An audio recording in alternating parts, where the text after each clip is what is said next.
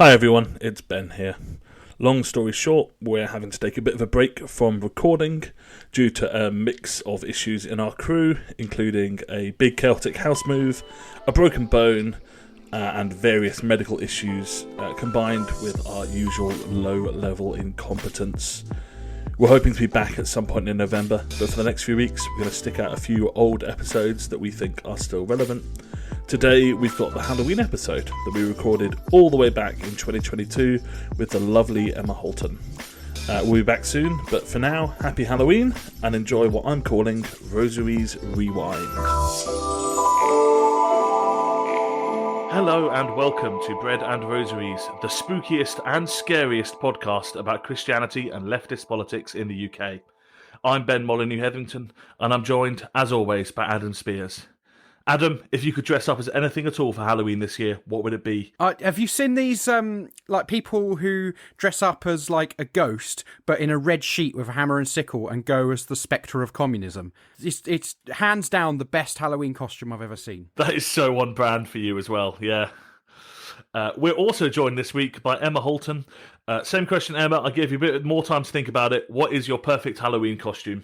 Oh no, I already know. I would be dressed up as a Vulcan from Star Trek: The Original Series. That is. I'm glad you clarified that. That's very important. Well, you have to get the iteration right. Absolutely. Can I just say, official line of the podcast: fuck the reboots. I agree. I agree completely. I knew I was in the right place. I have seen one Star Trek thing. It is the original Chris Pine, J.J. Abrams' first Star Trek reboot. Can you... Fuck you, man. No. Do you know what? Fuck you. Yeah, I agree. How dare you? How very dare you? I know I'd enjoy them. That's the worst part. This is very much... what is that Pauline line about knowing what I should do but not be able to do it? Or knowing what I shouldn't do and not be able to do it. But for me, it's knowing that I'd really enjoy Star Trek, but not actually getting around to watching it at any point. Somehow, by quoting Paul, you've out-nerded the people telling you off for not being nerdy enough to watch Star Trek. That's true. Except I completely mangled the Paul quote. I think I got it wrong twice. That's fair. So Yeah, I don't know. Good point. You guys heard of Star Wars? That's pretty cool. Oh, No. Oh, God, I love to smoke. We're live at the opening of the latest chapter of the epic space saga, Cosmic Wars. And the nerds have emerged from their basements, wearing strange costumes to shield their pasty skin from the moonlight. Simpsons, your lack of costumes ill befits line positions 2, 3, and 4. Where's your costume? Your ignorance is amusing and sad. I am dressed in the actual clothing worn by Cosmic Wars creator Randall Curtis. I bought them at auction, then added pregnancy panels to fit my unique body type. Before there's a mutiny on the podcast, Emma, why don't you tell us who on earth you are, apart from, obviously, a Star Trek nerd? Okay, I feel like I've covered the most important part of who I am. So, I am an ordinand in the Church of England, obviously. I'm training to be a distinctive deacon, and I study at Queen's with Adam. What on earth is a distinctive deacon? I need to know that. I don't think anybody in the Church of England really knows, to be honest. including distinctive deacons. Well, yeah, pretty much. Well, the idea is that a distinctive deacon is kind of more outward-facing, so priests tend to do their engagement work in the church, and a distinctive deacon is more based out in the community. Except to say that a priest is still a deacon. That is true. Well, that's what every priest says, but then they don't really do it. But in the Church of England, we have this thing called the threefold ministry. That's Buddhism. I'm certain that's Buddhism. I mean, there's overlap. The eightfold path. That's what you're thinking of, right? But yeah, so we have the threefold ministry where you have deacons, presbyters or priests, and bishops. And the idea is that when you are ordained priest, that doesn't mean that you're no longer ordained deacon. When you're ordained, or consecrated, I think is actually the correct term, bishop, that doesn't mean that you're no longer ordained priest or deacon. That's the idea, that's the theory. The practice of it is, well, up for debate. It's all about what hat you get to wear, right?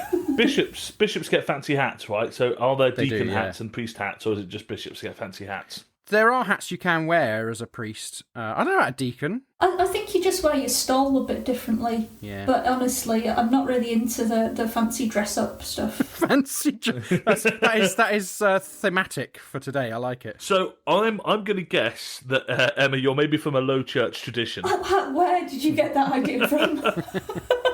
Speaking as someone who low church people look at and be like, no, that's too low. I think that's why I didn't know and basically still don't know what an Anglican is. I mean, your wife is training for ordination. You know that, right? Yeah, but she is. I'm not.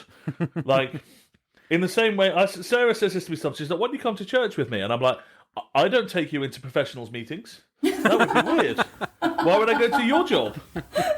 Shall we move on and start, as always, with what else is on my mind, Grapes? What else is on my mind, Grapes? We got an email. We actually got it a little while ago, but we ran out of time last week. Or last time. I always say week, but we're a fortnightly podcast. So last fortnight, I guess? I don't know. We ran out of time last time anyway to talk about it.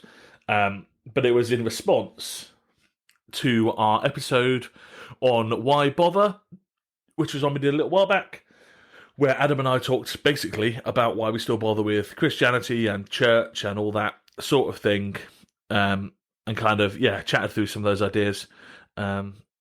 We got a few nice bits of feedback. We always love hearing from people, particularly for that episode, which I think we both were a bit unsure about. We felt like it was a bit maybe self-indulgent, but a lot of people did, not a lot, but like in the grand scheme of the number of people that listened to this, quite a lot, did let us know they enjoyed it. So we do like hearing your feedback. Anyway, we got an email from Alex about that, and we thought we'd read it out and have a chat about it. It says, hey guys, I found your Why Bother episode really good. That's right, really good. That's a great review. Yeah. Remember to leave reviews on all the relevant places, by the way. We have never asked people to do that. Every other podcast I listen to does, and I think we probably should. Yeah. But, I think we should. We have had some good reviews left on things, though. Have we? I've never looked. Yeah, we've got a few on Apple Podcasts. Oh, yeah. Well, I mean, I'm an artist. I don't care about that. So, yeah. Alex says, I can identify with a lot of your experience, perhaps more than some others, as another white boy with a theology degree. We have been typecast, Adam. Oh, damn. And actually, both of us have 2 theology degrees, so we're even worse than that. That's how have you managed to make that like the reverse of gloating? Yeah. Well, I mean, at least you seem to be using yours. Mine was a big waste of time and money. I mean, mine was too. But obviously, education. I guess, I don't know. I'll just carry on with the email. Increasingly, I find myself lacking in an answer for why bother. One of the main reasons for this is the element of structural criticism. I find the CAV in particular to be an organisation that has institutionalised systems of racism, misogyny, queerphobia and classism. That doesn't sound like the CAV. I don't know where that... Nonsense. While I can't dispute much of what you said about the capacity the church has for good, I find it hard to move beyond the above problems in a space that, as you pointed out in the episode, has a bias for the conservative. A part of structural critique is recognising your own entanglement and complicity within that structure. And I thought you expressed that well, Ben. Ah, thanks. I personally find it difficult to participate in such a system, and for me, it was a reason to stop pursuing vocation. To draw a parallel with the Met Police, for example, a few good apples cannot reform the entire barrel. Rather, the entire system of policing needs to be scrapped and something else is required in its place. It's an imperfect comparison, but I think it speaks to the problems of doing good in a broken system. I mean no disrespect to you, Adam, nor anyone else who chooses to continue within the structure of the CAV and is able to achieve material good. Rather, I'm asking from a position of genuine curiosity, how is it that you recognise a radical structural critique with your own continued participation in the structure? I thought that was a really good and interesting question. Well, of course you do, because like it praised you, didn't it? Me, on the other hand, I feel attacked. Yeah. I mean, there's no bit that specifically said Adam's bit was less good, but there was a general sense in the email that was the... Ben came out really well. Adam... was also there. No, in all seriousness, I think thanks for that question. It's a really good email and helpful, I think. The tricky thing is, like, I basically agree with everything that he said here. But for me, it doesn't take away from the fact that I feel called to work pastorally with people on the ground, right? And there was something that I think they said in the Magnificast, Catholic spirituality will always be there. The Curia won't. Sorry, Adam, you're going to need to define for me, if not some of the listeners, what a Curia is. It's kind of like the people and structures that are sort of high up in the Catholic Church. So, yeah, I think in a similar way, in more anarchist forms of socialism, there's this idea of non-reformist reforms, where, you're sort of willing to advocate for particular reforms whilst also recognising that the system ultimately needs revolution. And I think I kind of see my role in the Church of England in a similar way. Yes, I want things to be better. I'll always campaign for these non-reformist reforms, but ultimately I want a revolution in the church. And I don't think that looks like getting rid of the church entirely. I think it means a fundamental shift, a change in the way, in where power sits in the church. And so for me, in the meantime, I still feel called to work on the ground pastorally with people and to work in the community. And I see my, potential, future in the Church of England as a good way of doing that, in spite of everything. Also, I don't know what other job I could have, to be honest. I think I'm very much on the same page as you are. I think my primary kind of sense of calling is very much working sort of on the ground with people in communities. And I think it's important to just remember that the church isn't, deacons and priests and bishops. The church is the whole body of believers. And it's those people on the streets that are every bit as important as anything else. And ultimately, that's where the future is in the church. So discipling and equipping those people to become kingdom builders is a huge part of ministry. And I think if you have enough people on the ground, that is eventually going to filter up. That's personally what I think. I think it comes from the bottom up. I'm not sure that's how bishops see it, but that's... Well, it depends on the bishop, doesn't it? Let's face it. Yeah. There are some very good bishops, and I think they do get it. But for me, it's about equipping everybody, because absolutely everybody has got a ministry. And I know it's a cliched thing that you sometimes hear, but it's absolutely true. And I think giving people the confidence to go out and do that is the most important thing that you can do as an ordained person. Ben, refute us. Tell us we're wrong. No, I mean, I don't know. The thing for me is it's still something I'm kind of actively, working through a little bit. You're going to say working against. Well, yes. I think there's days where I'm slightly more comfortable. And to an extent, actually, at this point, my engagement with the Church of England, on talking about just me personally, is mostly just that they put some money in my bank account, my shared bank account, for my darling wife to continue training. I currently don't attend a Church of England church, as we established. I don't go to work with my wife. And I don't know. So on one level, actually, it's not something I'm maybe that important to me, because on a practical level, I'm kind of not in the Church of England, really. I think, the days where I struggle with them more are probably the days where I have to engage with the bureaucracy and structure of the Church of England, because that will, certainly turn you against the Sea of Eve. Ben, I'm going to tell you what a pastor of mine said many, many years ago. Oh, dear. Ben, you're either on the stairway to heaven or the highway to hell, and you need to choose which one. I think we know what song we're playing out the episode with. No, it's too cliche. I'm sorry. It's played out. Which one? Which one? I don't know which one you go for. Obviously, Highway to Hell. Although Stairway to Heaven, better song. So maybe I am changing my mind on this. It is a better song, but Highway to Hell still rocks so hard. Oh yeah. So I don't know. I think one thing that I kind of think about a lot is that actually there is a kind of juvenile idea of avoiding compromise. You've just discovered leftism, and you're like, oh man, everything is terrible. I need to stay pure, in a way that actually reflects evangelical Christianity in some interesting ways.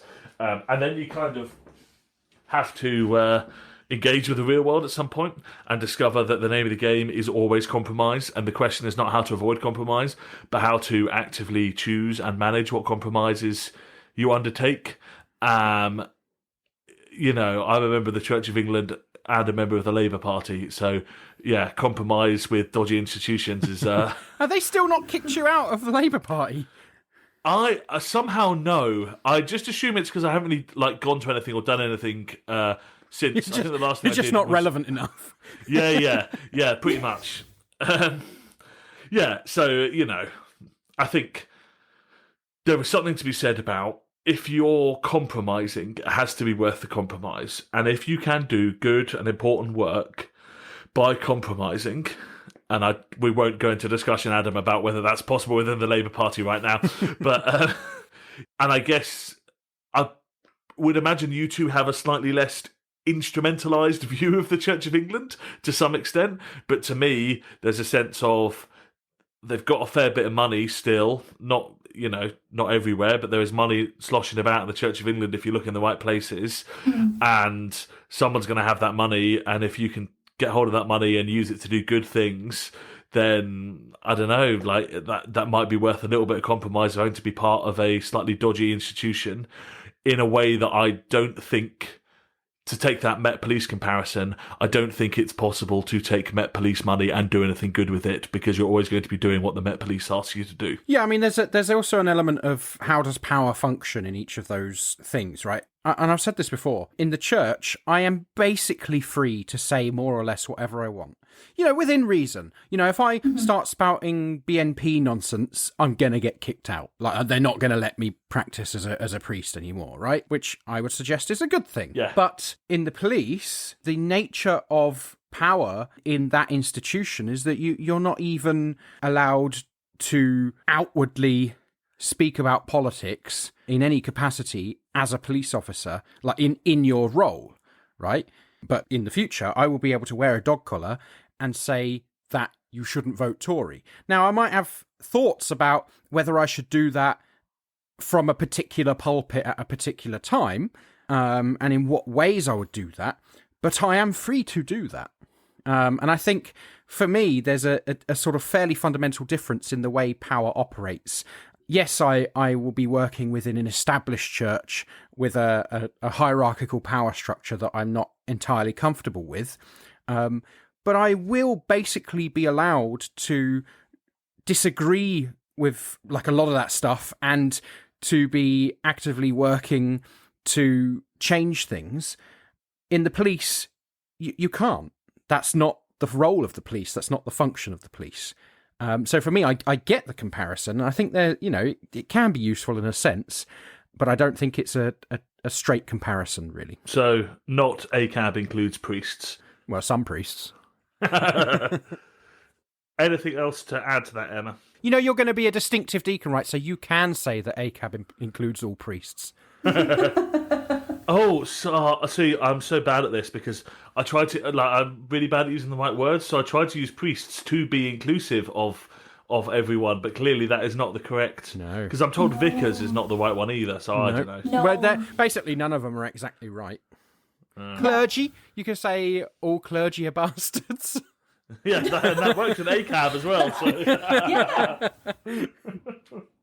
Sorry, Emma, did you have anything you wanted to add? All I can think of is something that my vicar said on Sunday that sort of resonated. He was kind of like, the church is still the only club in town that welcomes outcasts and misfits. And I think there is some truth in that. Certainly on ground level, it provides a safe space for people who otherwise wouldn't fit in anywhere else. And I think for that alone, that is such a valuable thing. And I think it's fair to say that that's far from the case with every church. Yes. But when church is done right, I think you're absolutely right. And I think, I certainly found that when I was growing up, and I said this before, I think, but I genuinely think that the church saved my life. I don't think I would be here if it hadn't been for the church during those times.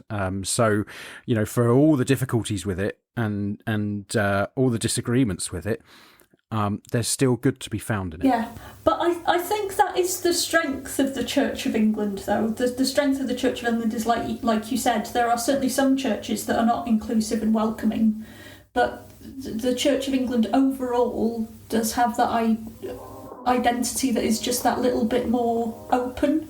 Yeah. It doesn't tend to go to the same extremes as other denominations.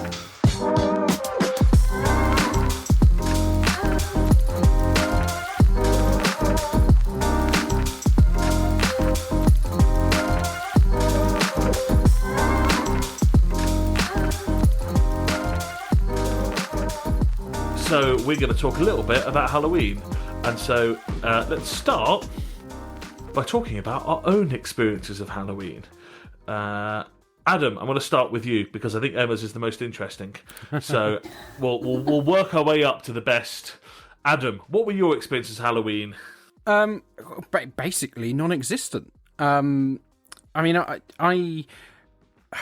my family's kind of spiritual journey has been kind of weird and kind of bitty and yeah.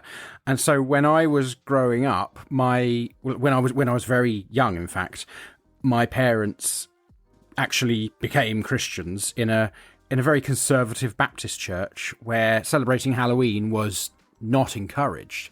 And so I think mostly because my dad didn't want to celebrate Halloween, we didn't celebrate Halloween.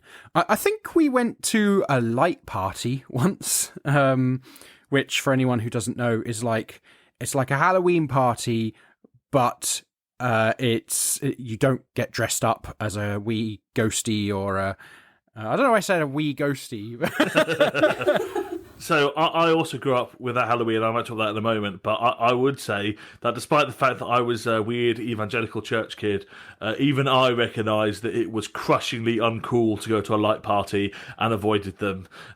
So yeah, that is quite a bad state to end up in, I'm afraid, Adam. Well, I mean, I only ever went to one, and I think part of it was that, I don't know, at various times I felt differently towards Halloween. So there were times when I saw everyone having fun and going trick-or-treat and all the rest of it, and a part of me was like, I'd quite like to do that. And then there were other times when, as a kid, I was like, that's wrong and evil and stuff.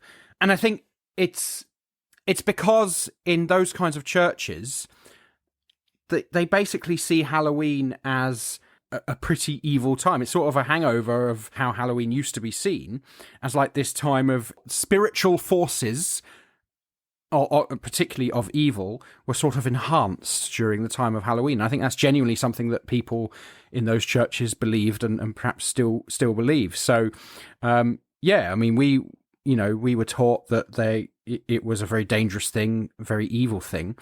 But what I want to say as well about that is that basically as we got older, my younger siblings wanted to do Halloween, and they did, and yeah, my dad didn't I don't think he necessarily liked that. He didn't necessarily agree with that. I don't know what he feels about it these days. But I think the thing for him has often been, well, basically, we need to be able to make our own decisions on these things. And so whilst it was discouraged and I didn't do it, my younger siblings did. Do you celebrate now? I mean, I don't not celebrate it. If there's a party happening, which there probably will be, I should think, on like where I am at the moment, I'll probably go, depending on what kind of party it is, because I don't want to go to. I was going to say, I assume you're the same as me, where I'd be like, I'm not going to this party, but I want to be clear, it's not because of the Halloween thing. It's because of the party thing. Yeah, I mean, it definitely depends on what kind of party. Like, I don't want to go somewhere there's like thumping music and Oh no, thumping music is great. It's having to talk to people I object to. Well, if I know the people, I'm like, okay, I can deal with that. I love thumping music at a party. I can't hear what you're. Listen, I can't hear you. Don't worry. Yeah, no, I mean, perfect. it just adds to the awkwardness for me. Yeah, I think I'd much the same as you, Adam. My parents were very anti-Halloween, as was the church I grew up in. There was attempts to do things like light party and alternative celebrations, but I never really participated in them. We did so a number of times, and it was more my mum than my dad, but she would put up signs that were, I think the police gave them out, or maybe it came from church, I don't know, that were like, do not trick and treat here. I think we had one of them once. Yeah, but we also, one year, in what even at the time I recognised to be a pretty bad thing to be doing, my mum would... So there's the bad version, which is you give some chocolate with like a Bible verse or something, or a tract around it or in it or whatever. And there was the even worse version, which is what we did, where you didn't even got the chocolate, you just got the Christian propaganda. Yeah, I've seen a few of those happen as well. Yeah, yeah. And I'd say even I was probably an early teenage when that happened, and even then I was like, "Oof, that makes me feel bad." It was interesting. One of the reasons I asked you, Adam, is how you feel about it today. Is that I don't really decorate because that's just not really who I am as a person. But I very much I buy the most expensive Halloween chocolate, and I'm like, have a lovely day. I never got to experience this as a child. So you're going to maximise the joy for the children that are about now. Yeah, I mean, I get that, and like I will. Like in the last few years, I guess, wherever I've lived, I've sort of bought sweets and I'll sort of participate as far as I, can. I lived in Edinburgh for a while and sort of, it's a fairly big, Samhain is a fairly big thing up there. So I did sort of do some of the stuff around that, but in a limited capacity, I guess. The only problem I have is that I try to do that with the kids. But as has been established on the podcast before, I am an unfeasibly large human being. And so little kids, they knock on the door and I open the door to be like, yeah, Halloween, lovely. And they like start at my feet and they start looking up to see me. And they get to about waist height before they burst into tears at the sheer enormity of the human being they're currently looking at. It's a great costume. Like, you're so dedicated to Halloween that you've grown extra tall. Yeah. Emma, I promised everyone listening to this that your experiences were more interesting because that's what Adam promised me. So no pressure. But what were your experiences of Halloween? Well, I feel like I'm definitely the heathen of the group here. So I love that not to be me. That's nice for a change.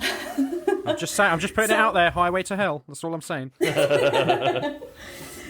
So I grew up in rural North Wales, and we used to celebrate Halloween. And where we were, we had some pagans living around. And when I went to uni, I got to know quite a lot of goths. So Halloween was kind of an annual thing, and so. Yeah, and for a long time it was actually my favourite holiday of the year. I really loved it. Nice, and is it quite? I think it's when you're in. I don't know about particularly where you were, but my understanding is that in Wales, as in Scotland, there's quite a different kind of style to how it is in England. Yeah, very much so. So where I was, it sort of came in a bit of a window with another. So on the 29th of October every year, we would have a big village fair. It used to be the Harvest Fair, but it basically just turned into sort of a big fairground thing.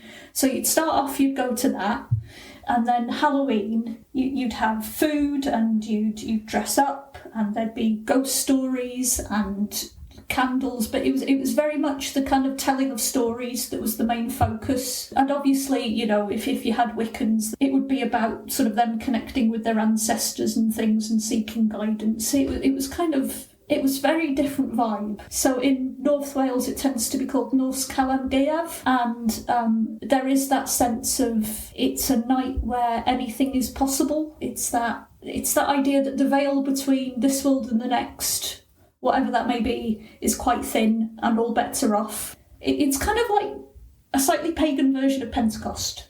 That's the best way I could describe it. Where we were, it was quite a Methodist community. we did have one Church of England, Church of Wales, but it was predominantly Methodist. And it was interesting in that we didn't see any contradiction or problem with it. So you would tell these ghost stories, but it would always end like, there is this light that shines in the darkness and the darkness couldn't overcome it. There was always that positive ending to it. So there was still a very Christian slant. There was still it wasn't this evil thing. You would have this one night where things were dark and creepy, but the light would always come. I think it's fascinating that, because as we'll probably sort of see a bit later, that is to be found in some of the origins of Halloween. And I find it fascinating that where you were, it actually retained some of that, which I think is often less the case. I think now that in England in particular, Halloween is basically, largely an import from America, though not entirely. It hasn't retained that kind of sense of the light quite so much, except at light parties. Yeah. I have to be honest with you, did not make them sound very cool at all. They are not very cool. They're very bad. Adam, you mentioned the origins of Halloween. Emma, you sent across an article in The Guardian called Halloween, It's More Than Trick or Treat by Ronald Hutton. I believe he's actually got a whole book that you have read, and I guess you think you're better than us because you read books and stuff. That's cool. To be fair, I when I sent it to you, because Emma sent it to me and then I sent it to Ben, I don't think I specified that Emma had read it, although maybe right. She may well have done. I don't know, but I have actually read the book. Whoa. Okay. It was a long time ago. It was before college. Now I try and avoid reading books wherever possible. So talking about reading books is ableist. We've established this before. But it was a really interesting article that talked a bit about some of the roots, particularly in Europe, of the festival that go beyond the American version of it that's often imported. Like a lot of Christian festivals, it is a pagan festival that we grabbed and stole. But Emma, do you want to talk us through a little bit of some of the origins of it? Well, first of all, I should probably give the guy who wrote the book a shout out. So it's a book by a guy called Professor Ronald Hutton, and the book's called The Stations of the Sun. And if you're interested about reading about old festivals and where the origins are, it's a really good book. One of the things he sort of delved into is there's this idea that a lot of the traditions that we have surrounding Halloween are actually pagan in origin.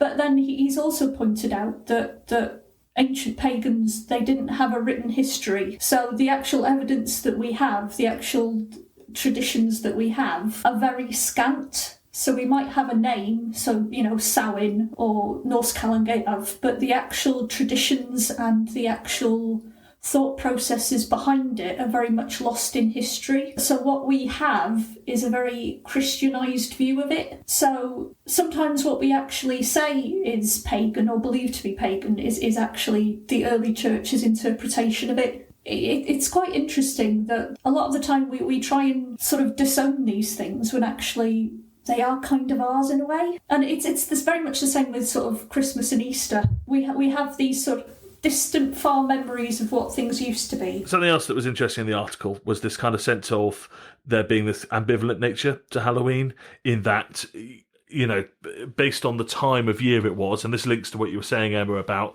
harvest also being kind of drawn into the sense of the festival.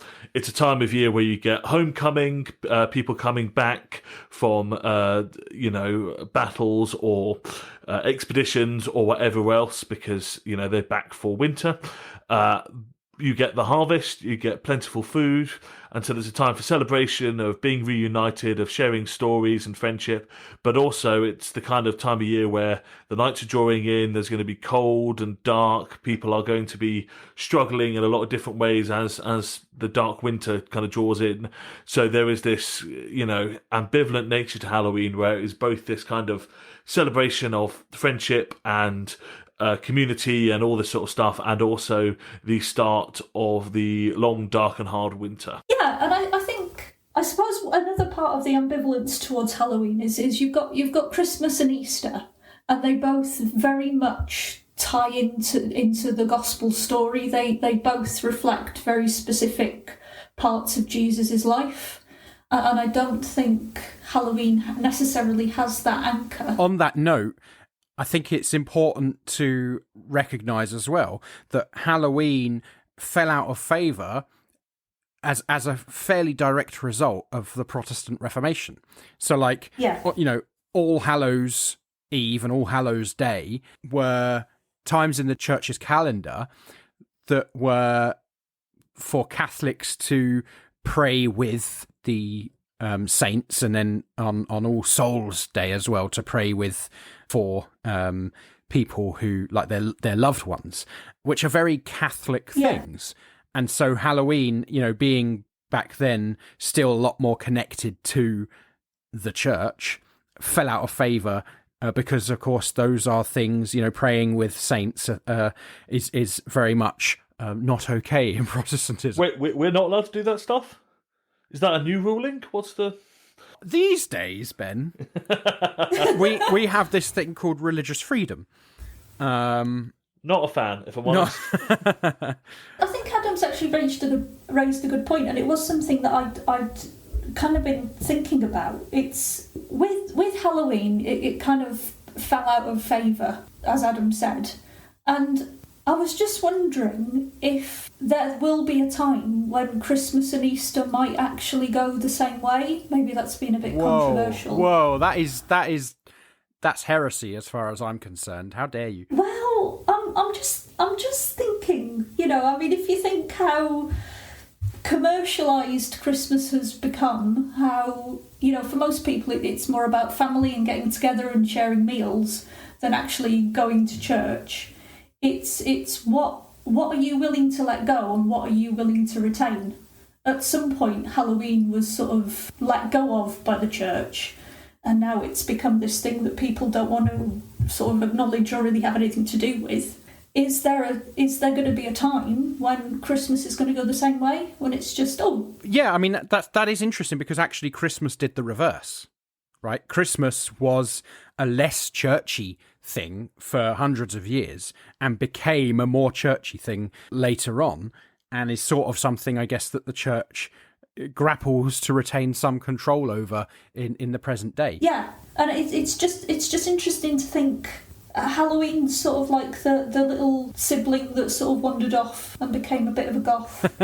Christmas is the one that they've really kind of tried to keep as the golden child, but ultimately... So to overextend this metaphor, is Halloween the lost sheep that the Good Shepherd needs to go and rescue? Is that your... Well, yeah, I like a black sheep, I've got to be honest with you. I think, I think there is a way of reclaiming Halloween. I think there is, and it doesn't have to be light parties. It's what you want to make of it, ultimately. And I think if Christians try and exclude themselves from these holidays, then they're no longer a part of the conversation. You know, whether people are comfortable with it or not, Halloween is a big thing, and people do have Halloween parties. And you can either be a part of the party and be a Christian influence in that, or you can cut yourself off and nothing happens. Yeah. And I think I'd rather be in the party, seeing what I can do. I think that's one of the things actually that fascinated me about the so one of the other articles that we were looking at was one that was by the Canon J. John. So J. John is a Church of England priest. Very much on the evangelical side of the church. I think he's got a whole blog. He writes about it a fair amount. And I think I found it fascinating, because I think a lot of the time, I actually think he has some valid criticisms. But there are a lot of things that he said where I just thought, you're just grasping at anything now to try and make this seem bad. And like we shouldn't do it, and that there's no way to approach what you're saying here.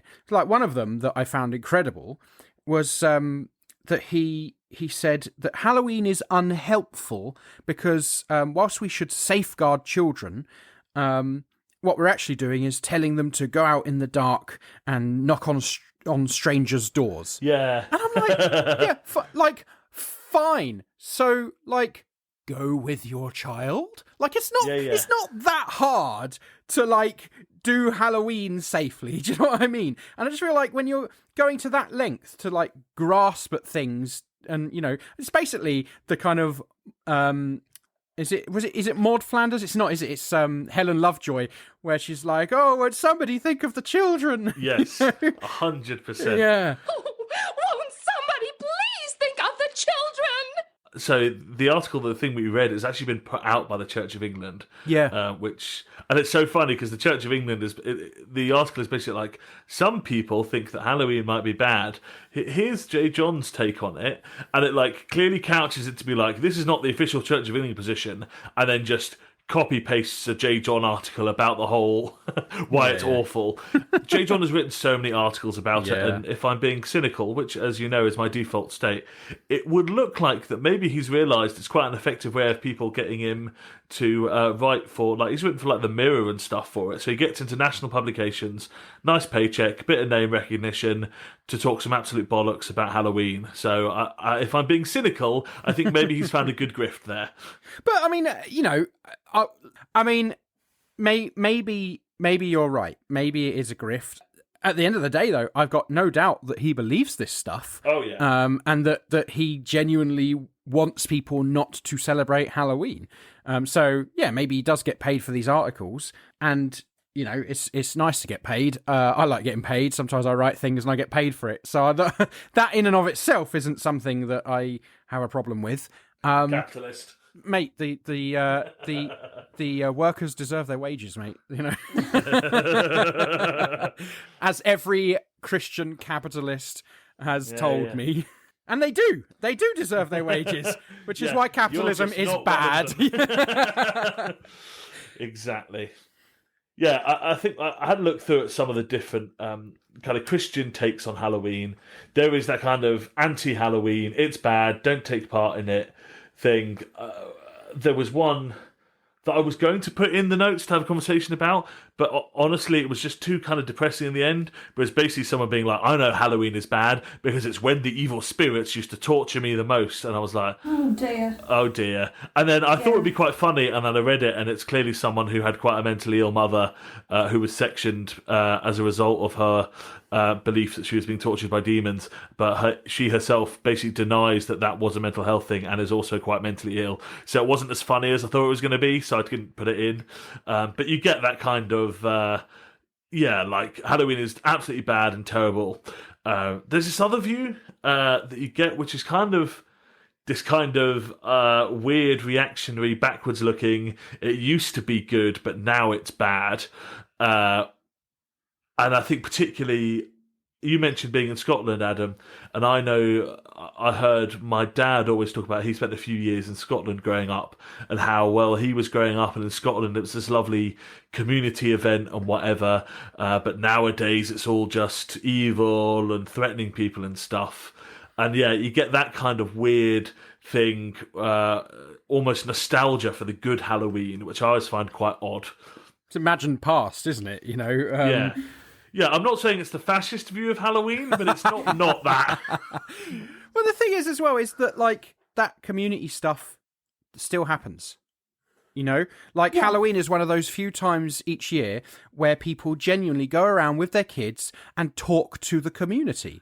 Right? Talk to people in, you know, at their homes and share things. And like, there's some real good in this as well, actually.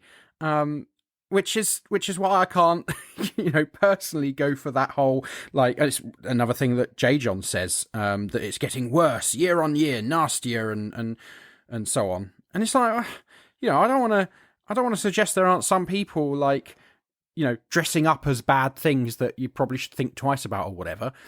But you can't take those isolated examples and then say, therefore, the whole thing is bad and everyone should go home and lock their doors, you know? But do you think this is an article written by a guy who just doesn't do Halloween, so he's kind of got this sort of caricaturized idea of what it's about. You know, in the same way, people who don't go, who have never been to church, their only image of church is what they see on TV.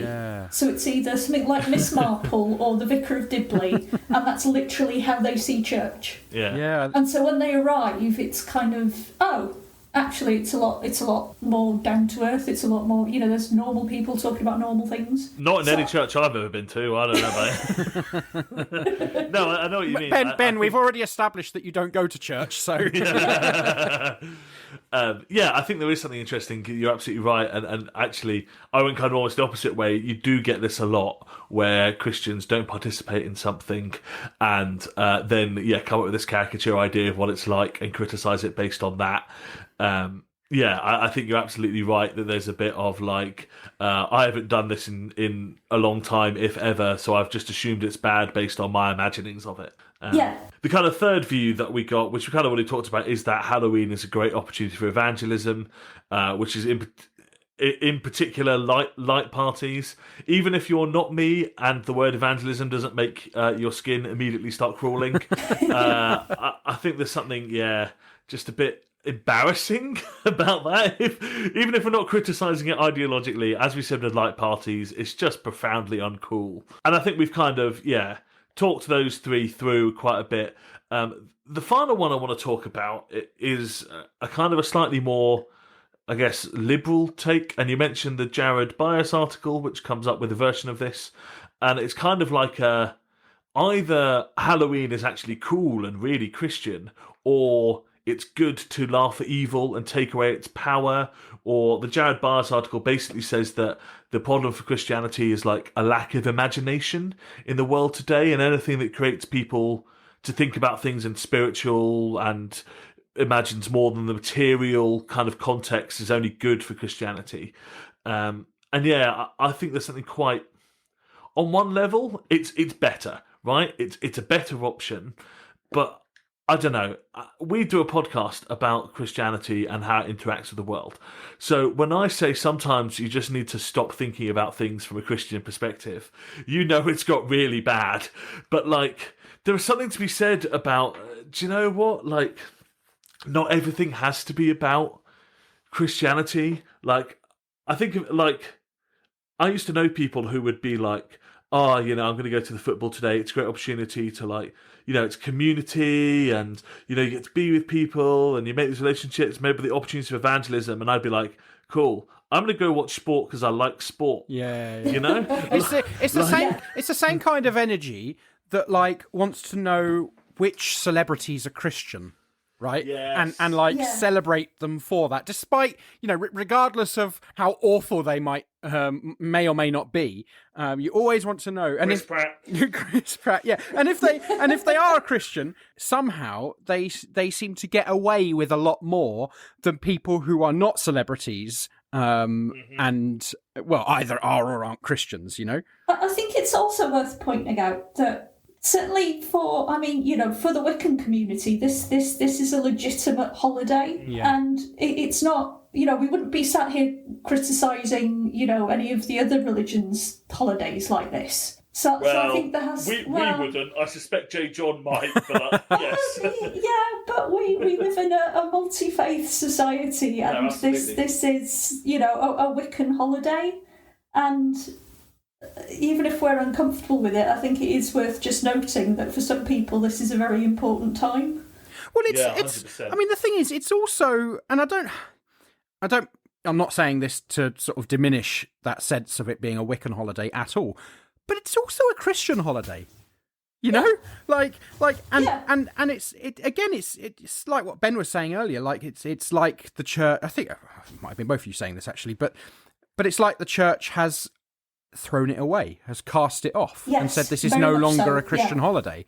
When actually, well, it is, and it should be, and could be. Again, you know, as you say, Ben, not that necessarily we have to see everything through a Christian lens, but I actually think the idea of All Hallows Eve and All Hallows, you know, All Saints Day, I think it's pretty cool.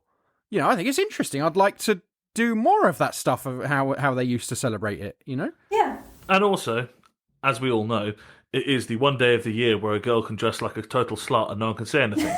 So... What are you? I'm a mouse. Duh. And that does it for our Blast from the Past for today. Thank you very much for listening to this old episode, if you've got this far. As always, if you want more information, want to throw some money at our Patreon, want to get involved, send us some messages, all our details, breadandrosaries.com. We love to hear from people, so do get in touch. And I will see you next time on the next edition of Rosaries Rewind. Bye-bye.